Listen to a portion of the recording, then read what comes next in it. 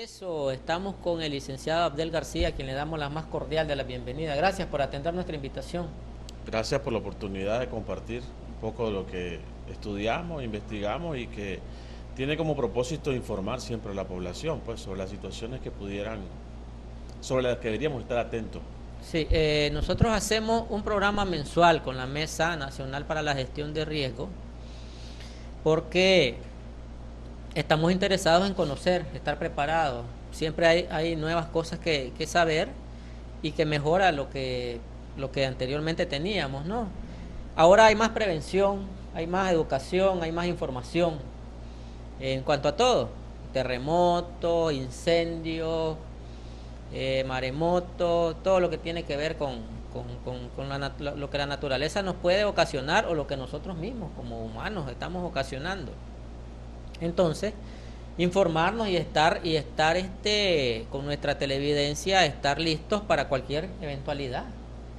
Estamos aquí, de pronto puede suceder. Ya nos ha pasado que estando haciendo programa, pues tiembla y entonces de pronto se nos olvida cuáles son las medidas de seguridad que hay que seguir y prevalece más el nerviosismo y el susto. Temor. Sí, y entonces, pero hay que estar, ¿verdad?, enchufado en el asunto. Pasó 2016 y estamos ya en este año 2017, pero hubieron acontecimientos, ¿verdad? Y hubieron estudios que se hicieron y hay resultados de esos estudios y todas las cosas.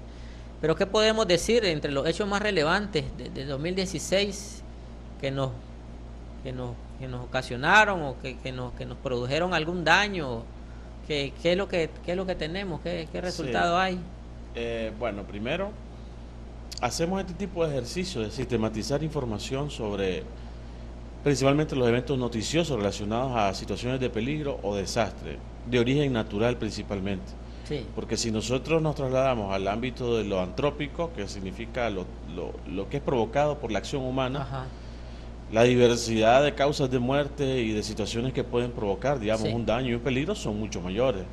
Sin embargo, nos concentramos en la parte, digamos, de fenómenos naturales, porque de alguna manera pues vivimos en un país y el trabajo de nosotros está alrededor principalmente de averiguar cuáles son las fuentes de peligro y cómo nosotros como seres humanos también, aunque convivimos con un peligro, a veces hacemos ciertas cosas que nos exponen más a esa situación. Ajá.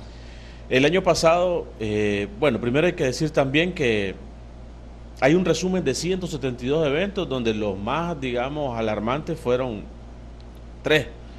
El huracán Otto, con el que cerramos el año, ese día fue uno de los más, digamos, movidos en términos de situaciones de peligro en el país, porque a las 2 de la tarde, mientras estábamos monitoreando la entrada del fenómeno, de las rachas de viento, la lluvia y todo por el país, en la parte sur, tembló. En la parte norte-occidente teníamos un temblor a las 2 de la Fuerte. tarde, pues, y entonces eso creó una cierta, Sí. un cierto estrés, ¿verdad? Disculpe que lo interrumpa, fue creo que la primera vez a mi conocer que se dan dos situaciones de bastante alarma al mismo tiempo. Estábamos esperando el huracán, la entrada por la costa Caribe, creo. Así es. Y como a las 12 del día, o entre 2 y 12 media y por 1, ahí. eso se sintió fortísimo. Sí. Y yo estaba cerca del cerca del volcán Masaya, estaba en Ticuantepe.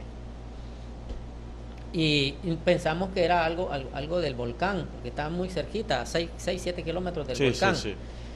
Y entonces pensábamos que era algo del volcán, pero después miramos la noticia que eso fue a nivel, creo que en todo Fue en El Salvador, frente a El Centroamérica Salvador. se desarrolló. Entonces se puso uno como que la situación más tensa, pues huracán. De acuerdo. Y Y tuvimos 3 situaciones ese día, Ajá. porque el huracán desató una alerta de tsunami también.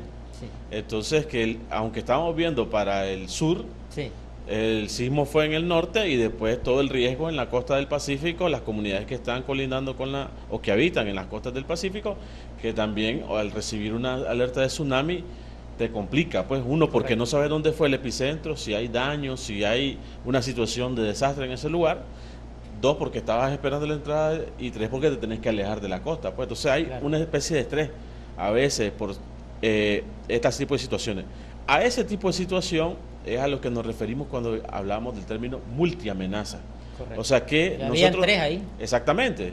Tenemos 3 amenazas sobre las cuales nosotros no podemos prepararnos solo para una, sabiendo de que hay 3 o 4 o 5 cosas que nosotros nos pueden provocar desastres. Entonces hubieron 172 eventos, algunos de ellos escapan al ente noticioso, ocurren, Sí. digamos, de una forma tan localizada en el territorio nacional que es difícil, digamos, identificarlo.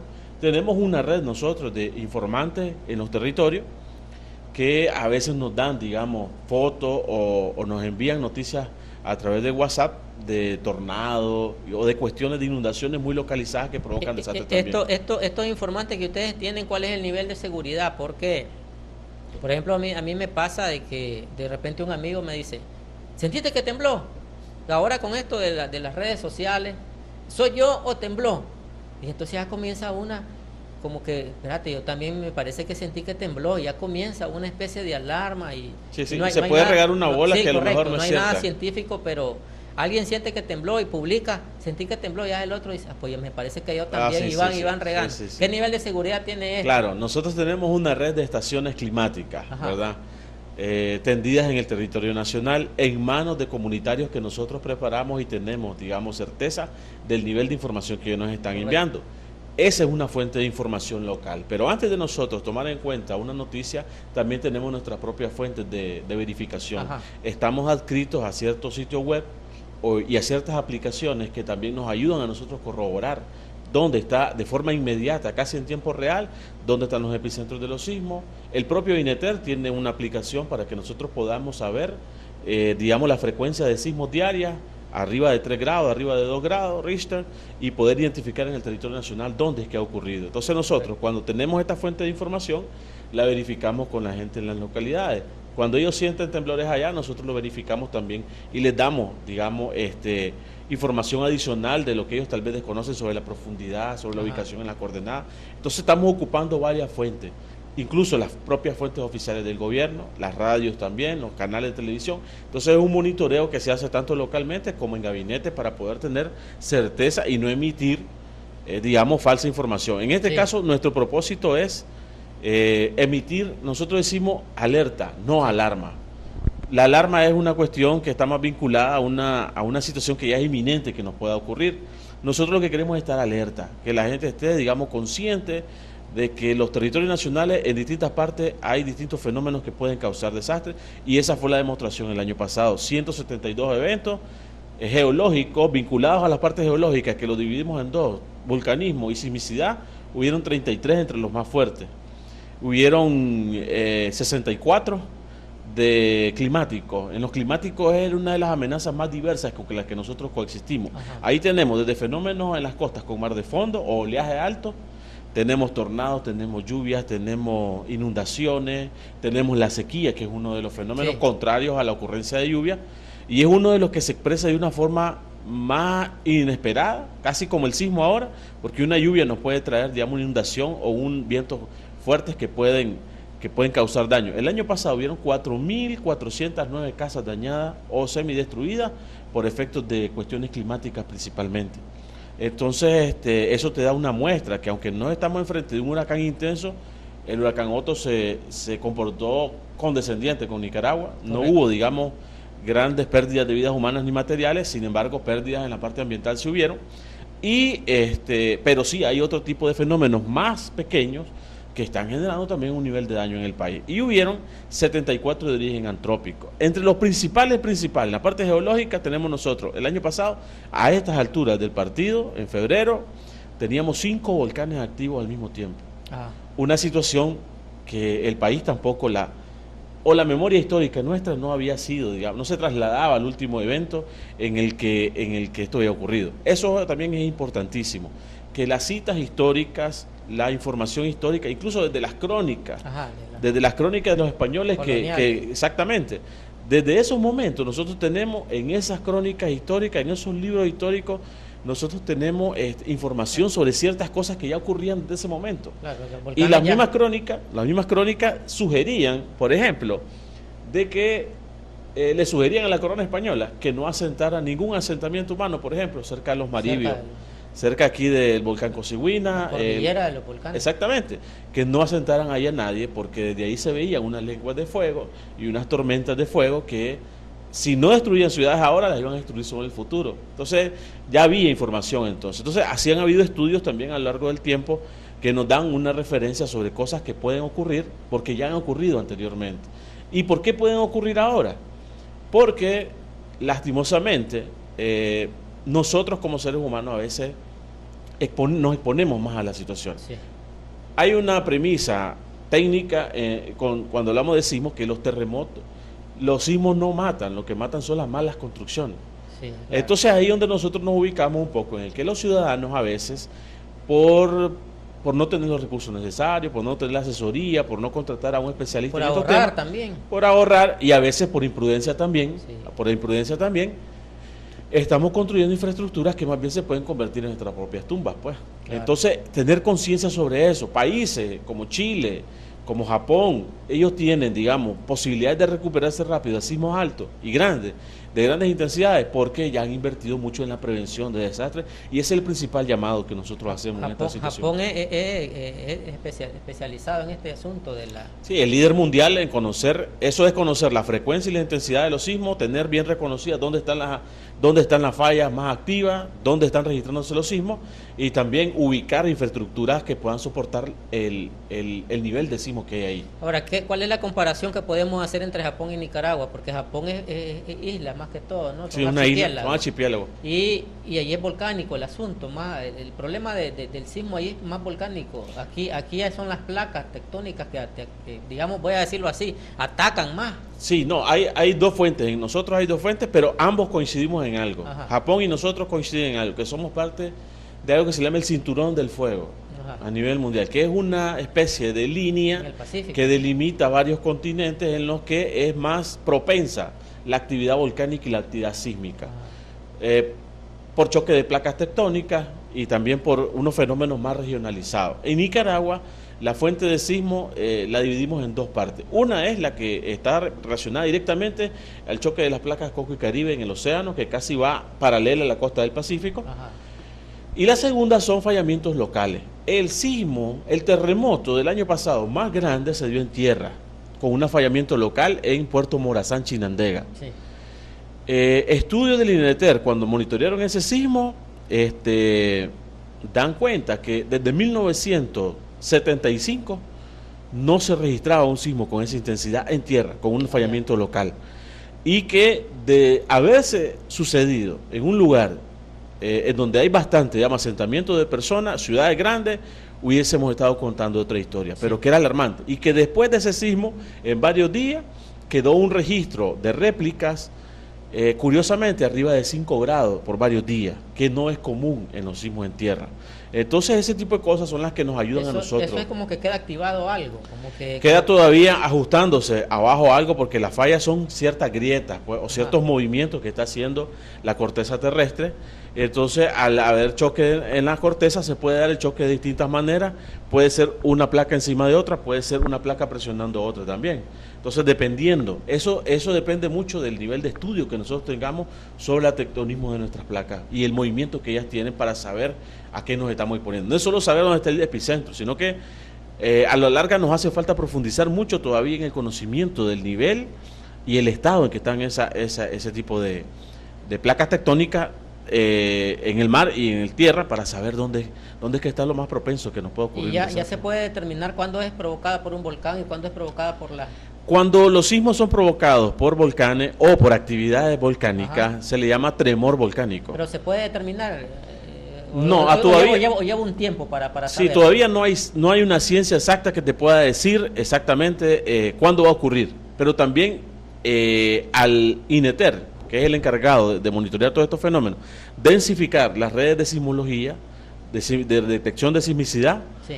Entonces las redes sismológicas, mientras más densas sean, mayor te va a ayudar a precisar y a indagar sobre las causas de los fenómenos.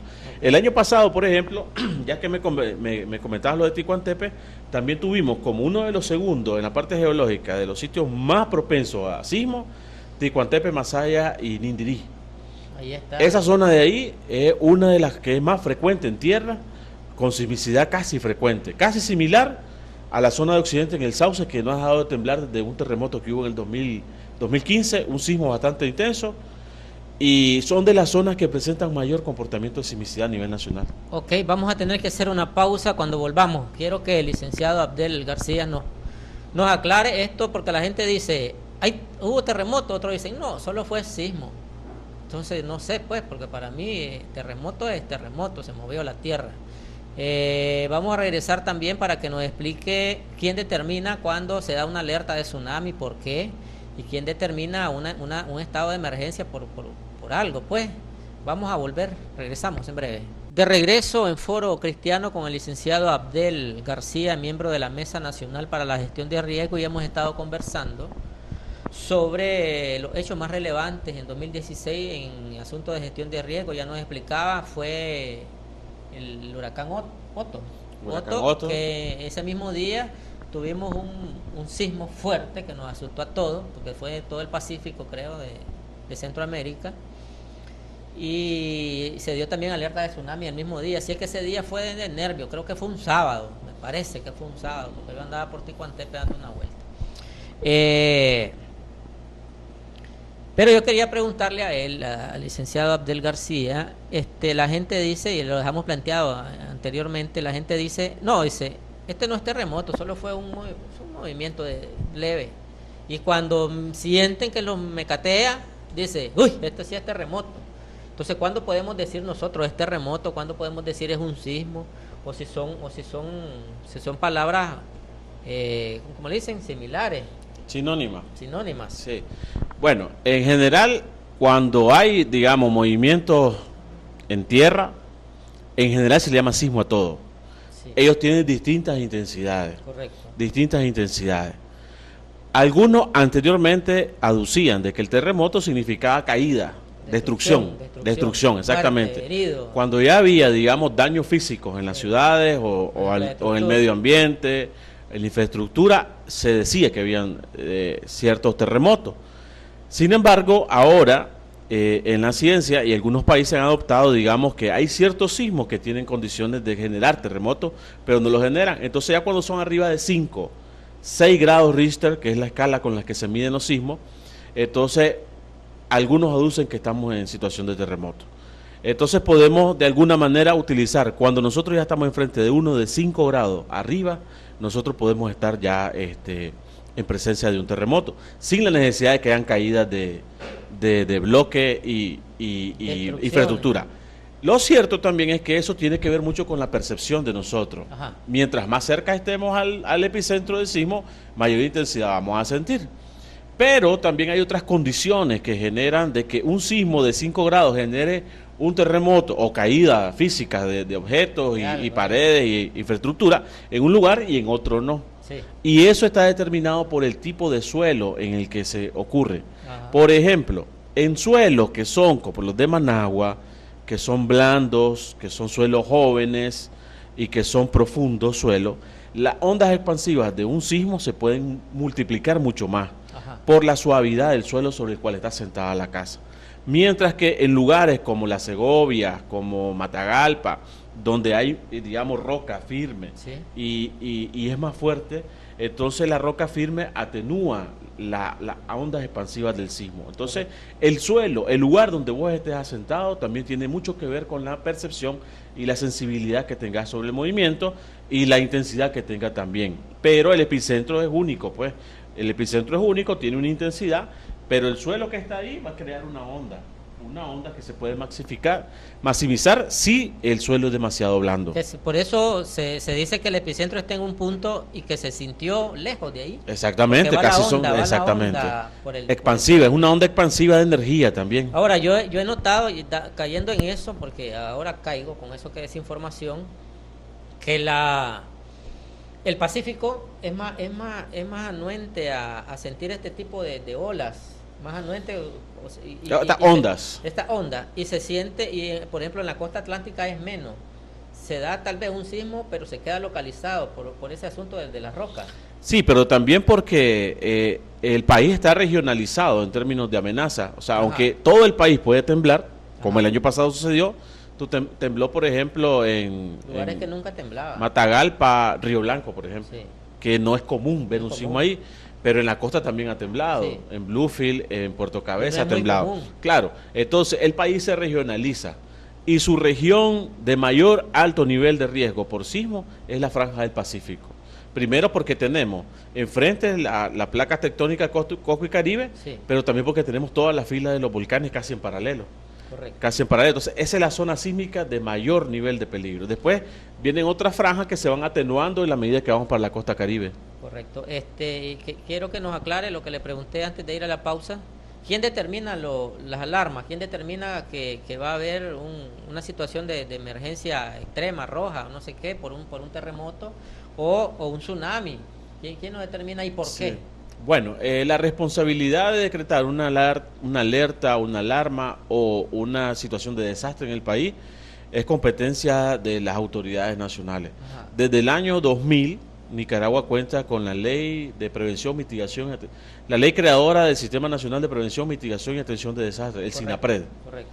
El SINAPRED, digamos, es el ente responsable. El SINAPRED crea, según la ley, una estructura de funcionamiento desde el nivel central, lo preside el presidente de la República y los ministros, según su cartera, van a ser responsables en el momento de un desastre de atender situaciones según su competencia, digamos, el de salud, atender lo de salud, el de producción, no de Correcto, en su producción, área. y así sucesivamente, exactamente. Pero ¿cuándo se dice esto amerita? Ellos tienen unos sistemas de monitoreo y tienen un centro de operaciones de desastres, se le llama, que también está a cargo del Ejército de Nicaragua. Entonces, Correcto. entre el Ejército y el SINAPRED hay una oficina, no sé si la han visto aquí en Plaza Inter, que dice CODE Nacional. Ajá. CODE son las siglas de Centros de Operaciones de Desastres, Correcto. en donde no solo se están observando los desastres, sino que hacen prácticamente lo que estamos haciendo nosotros. Están monitoreando permanentemente la ocurrencia de un sismo, de un evento, y ellos son los responsables, técnicamente hablando, son personas capacitadas técnicamente y científicamente para este monitoreo. Y lo hacen también conjuntamente con los instrumentos que tiene INETER. Entonces ellos se constituyen en una especie de brazo técnico para las autoridades nacionales. Y al momento que ellos detectan una situación que puede provocar una situación de peligro o desastre, se lo informan inmediatamente al presidente. Y según la ley, es el presidente el que tiene que agarrar, digamos, la responsabilidad. Y según los escalafones, hay alerta verde cuando nosotros nos percatamos de que hay la ocurrencia de un evento o de fenómeno natural o antrópico que puede generar desastres, pero que no es, digamos, tan alarmante. Entonces, decretamos alertas verdes. Alertas amarillas cuando ya hay inminencia de que hay probabilidades de daño. Y alerta roja cuando ya estamos como Otto, pues. Ese día se decretó una situación de... Sí, estaba bastante exactamente, una difícil. situación de emergencia. Pero es competencia del presidente de la República bajo la asesoría de todas las instancias del SINAPRED y principalmente Ejército, SINAPRED e INETER, que son los que vigilan los fenómenos. Bien, nos toca que hacer otra pausa. Cuando regresemos, va a ser breve la pausa, cuando regresemos vamos a ver qué ha sucedido en estos primeros 2 meses de este año, si hay algo relevante que mencionar, y qué pasa con el asunto de la sequía y el uso del agua. Volvemos. Regreso con el licenciado Abdel García, miembro de la Mesa Nacional para la Gestión de Riesgo, y estamos analizando lo que sucedió en el año 2016 en cuanto a riesgo y a cambio climático. Y caemos ahí en el caso del cambio climático. Continúa el asunto de la falta de agua. Sí. Pero llovió un poquito más este año pasado, a lo menos yo lo sentí, no sé, por lo que vivo en Managua, no sé en otros lugares qué pasó. Yo sentí que hubo un poco más de agua este año. Sí, efectivamente hubo más agua, hubo más lluvia, Ajá. hubo un mejor comportamiento de la temporada de lluvia. Sin embargo, se concentró en la segunda mitad de lo que llamamos invierno. O sea, las lluvias se regularizaron desde la mitad de agosto, septiembre, octubre, pero también hubo impasse entre septiembre y octubre y se continuó lloviendo en noviembre y diciembre, Ajá. que tampoco es común. Tampoco es común. llovió. No es anómalo, no es una cuestión tan extraña, pero no es común ese régimen de lluvia para Ajá. noviembre y diciembre. Y eso fue lo que ayudó un poco a que las fuentes de agua un poco se recuperaran.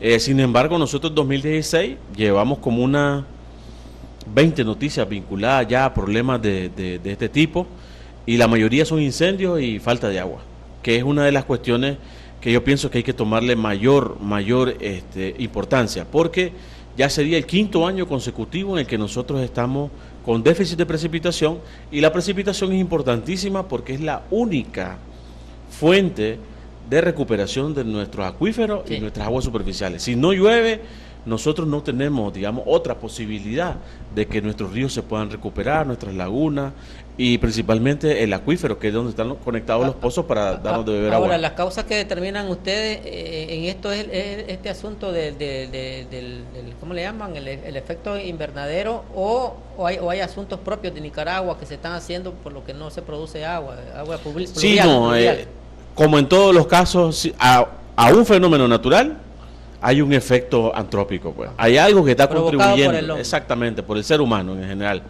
En este caso, pues, la tala de los bosques y la deforestación y la quema, digamos, sin control. El año pasado nosotros tuvimos 60 incendios forestales o agropecuarios, que se le llama. Nosotros perdimos 3.117 hectáreas el año pasado, según ese monitoreo que estamos haciendo. ¿Qué se quemó ahí generalmente? ¿Qué se quema? Bosques, pinares, bosques grandes y muchos pastizales. Ahora hemos visto alrededor de la ciudad de Managua muchas quemas de pastizales. Eso pues a veces parecería que no es importante, pero cuando la lluvia cae, cualquier tipo de vegetación ayuda a que el acuífero se pueda retroalimentar, porque el agua tiene más posibilidad de ser absorbida. Sí. La vegetación le pasa como una esponja, o sea, ella retiene humedad, retiene el agua que cae y tiene más posibilidad de infiltrarla. Al no haber nada, pega directamente en el suelo y no solo se imposibilita la penetración del agua en la tierra para que caiga en el acuífero, sino que también arrastra el suelo. Y al arrastrar el suelo perde fertilidad y no puede ya tener otra vegetación u otro cultivo, otro siembra, otra plantación ahí, porque no hay posibilidad de que el suelo pueda sostenerla. ¿Y cuál es la proyección esperada ahorita en cuanto a precipitación pluvial? Bueno, nosotros tenemos pronósticos, hay pronósticos nacionales, hay pronósticos regionales. Ajá. En este caso le prestamos mayor atención a los pronósticos regionales porque hay ciertos fenómenos de contexto más de Centroamérica y el Caribe, incluso los frentes fríos nos generan lluvia a nosotros, que vienen del norte, y tenemos que estarle prestando atención a la mayor cantidad de fuentes posibles de información. El nivel de incertidumbre con que se puede pronosticar el clima ahora es una de nuestras principales debilidades. Sí.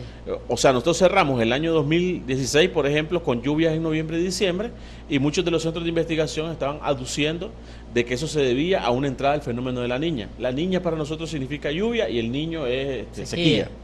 Exactamente. Entonces, como cerramos el año bien, pensamos que este año 2017 también iba a haber un poquito de régimen de lluvia bastante consistente en meses de verano.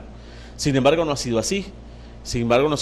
Y ha llovido, pero de forma esporádica, normal, digámoslo. Sí. Todos los meses del año históricamente llueven, solo que el 80% o 90% en algunos casos de algunos territorios, el 90% de la lluvia se concentra entre mayo y octubre, pero en todos los meses llueve.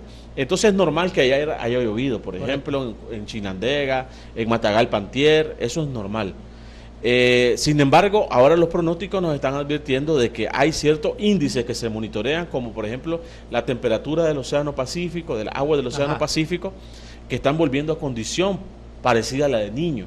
Entonces eso es como retroceder un poco y tener un quinto año consecutivo con problemas de sequía.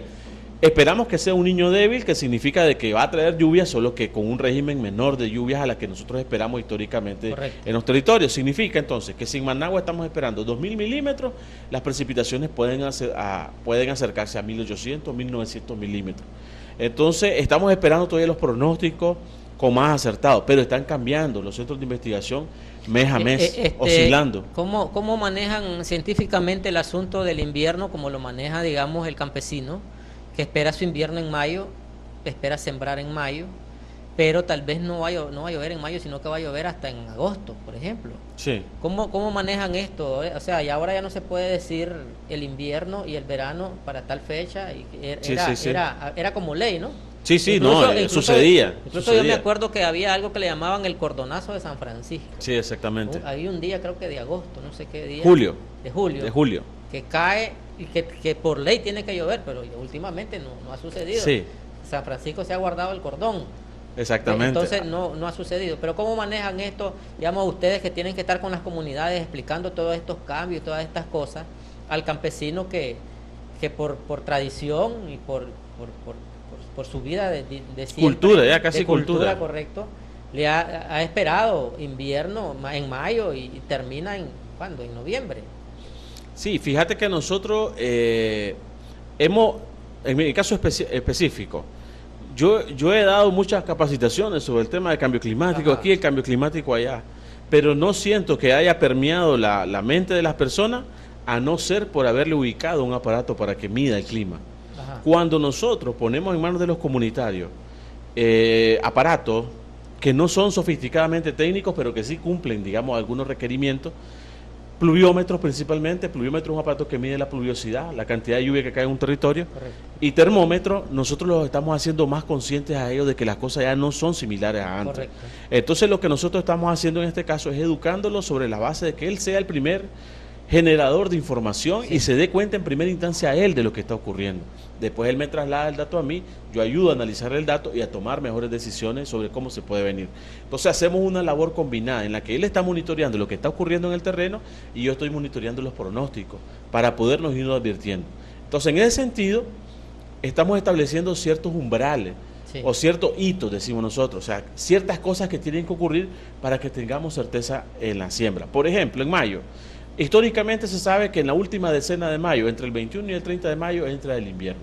Correcto. O la temporada. Debería entrar. Debería entrar, exactamente, esa es la mejor palabra. Debería entrar el invierno, bien. Pero eso no es suficiente para nosotros ahora, porque sí, tiene que llover, pues, correcto, obviamente. Entonces, dice algunas literaturas dicen que debería de caer entre esa decena el 50% de las precipitaciones esperadas para ese mes. Ajá. O sea que si en mayo vos esperás 200 milímetros, el 50% son 100 milímetros. Sí, sí. Y si va a entrar entre el 21 y el 30, los 100 milímetros me deben caer dentro de ese margen. Entonces el productor, como tiene el aparato en campo, él puede ir verificando si eso está ocurriendo o no está ocurriendo. Pero eso tampoco es suficiente ahora, porque en un día, en 2 horas te puede caer una lluvia de 100 milímetros o más. Decimos de pronto, llovió lo que no llovió en todo el mes. Exactamente, entonces decimos nosotros, no es suficiente tampoco, ni es un criterio confiable para decirlo. Bueno también que entonces decimos nosotros, señores, a ver, entre el 21 y el 30, por ejemplo, sí, deben caernos 100 milímetros y esos 100 milímetros tienen que estar distribuidos en 4 días con lluvia. O sea, que tiene que estar distribuido. Si pudiera llover 10 por medio, excelente, porque eso deja suficiente humedad. También los enviamos a hacer huecos en el suelo, medir el nivel de humedad que hay en el suelo. ¿Cómo penetró? Y que eso también ellos sientan la obligación de transmitírselo a sus vecinos, a sus familiares, a sus parientes, a sus comunidades, porque solo con que uno tenga la advertencia y tenga digamos, estas herramientas, sí, para tomar mejor decisión, no es suficiente. Entonces, si todos pierden, pues, y esto se trata de dinero, se trata de alimentación y se trata de quedar un poco, sí, exactamente, vida, de la vida. Gracias, licenciado Abdel García, ya nos están sacando estamos sobre el tiempo. A ustedes también agradecerles la amabilidad de su atención. El próximo día, a las 7 en punto, es la cita en Foro Cristiano. Ahí nos vemos.